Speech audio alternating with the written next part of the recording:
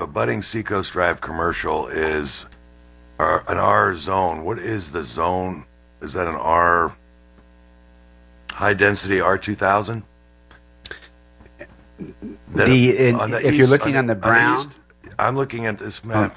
You know what? If you can bear with me here for a second. You have this on the let me pull it up from a. Well, actually, I'm going to ask you a question. On the R2000 zone that is on the eastern side of Seacoast Drive commercial, the side yard setbacks of those properties is what? I'm asking. Today is 0 feet. So we're going to ask the commercial zone to set back 10 feet, and yet the residential zone is on the property line. I'm sorry. I thought you were asking about the commercial setback. No, I'm asking about the R2000. In the R2000 zone, I believe the setback is 5 feet. So I'm having a problem on this one particular area, not on the what I call the Old Palm Zone, because that they abut, at least on the northern side, they abut an R single family zone, all right? But on the eastern side of Seacoast Drive, C2, we're on an R2000 high density, or what they call medium density here, but you're only asking them for a 5 foot, and then you're asking the commercial property to go 10 foot. Well, just to clarify, in that area, and I'm trying to pull up a map so that everybody can see what we're talking about, but to clarify, the setback would only apply, the proposed setback would only apply to the rear yard.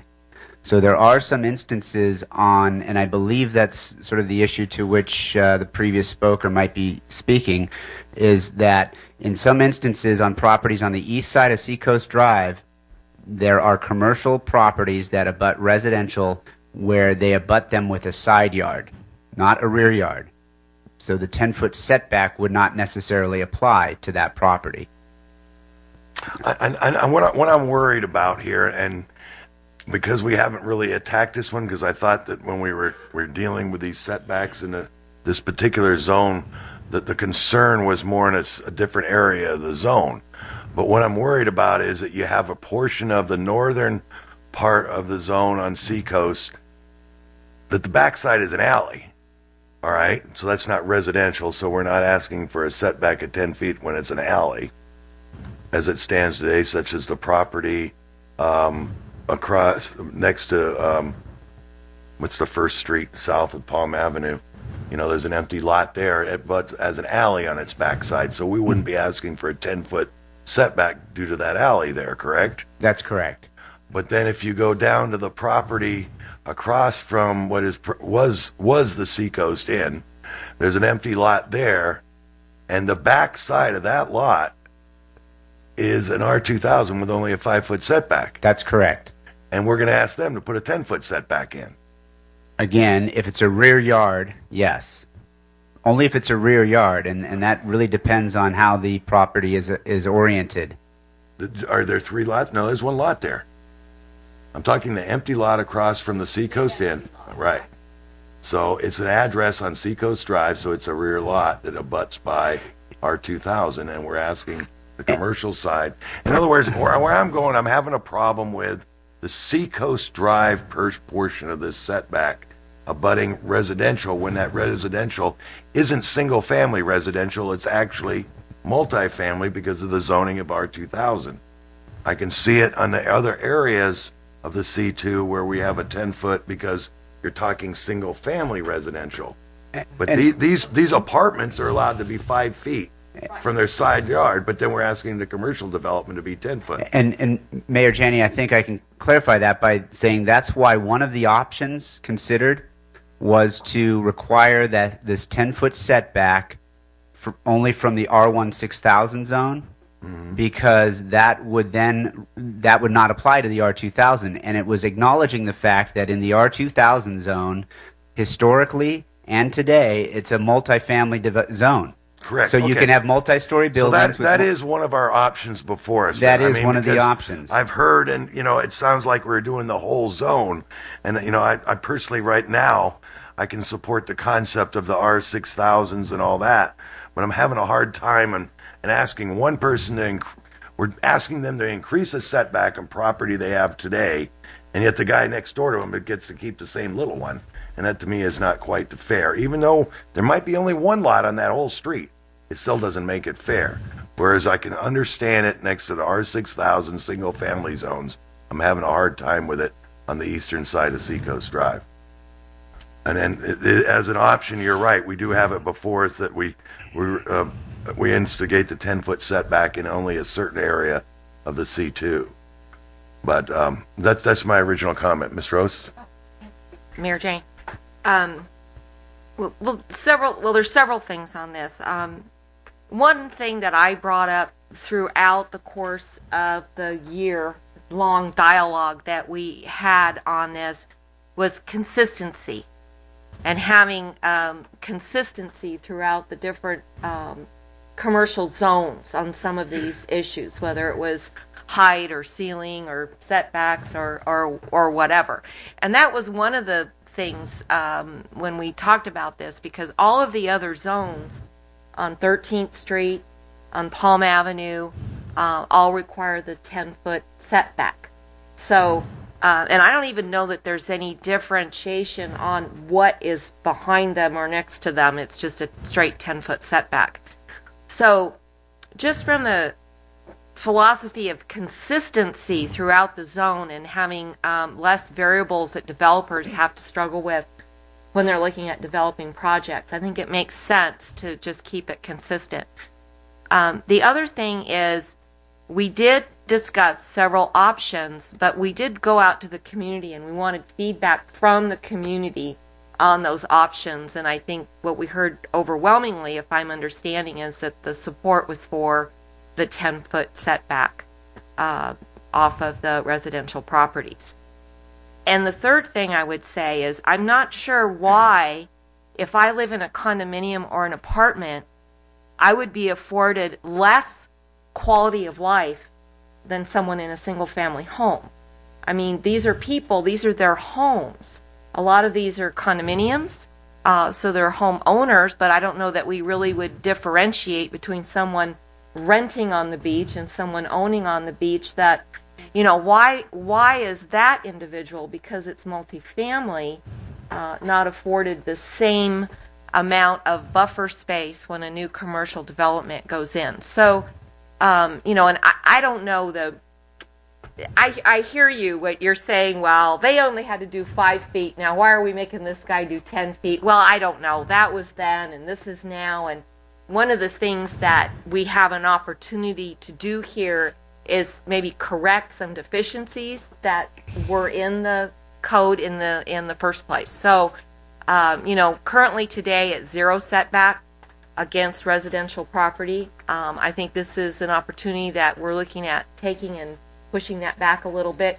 And all of the prototypes showed that we could get viable commercial development in with the 10-foot setback. So, you know, I would like to support the community in the process on that, and keeping that just throughout the zone. And I honestly think it would make it less confusing when people are coming in looking at development opportunities. If it's on this side of the street, it's one thing. If it's on that side of the street, it's another thing. So that would just be my comments on that one piece of it anyway. Should we talk about other stuff, or should we just continue and just talk about this for right now?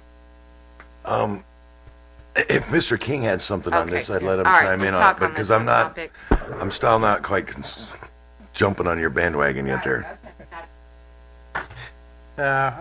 I think both positions, Mayor's and Diane Rose's, are well taken, but it kind of, just to stir things a little more into the pot, when you look at the setbacks on the R2000, if you have a multi-story, multi-family residence, on its other side, its setback is 5 feet.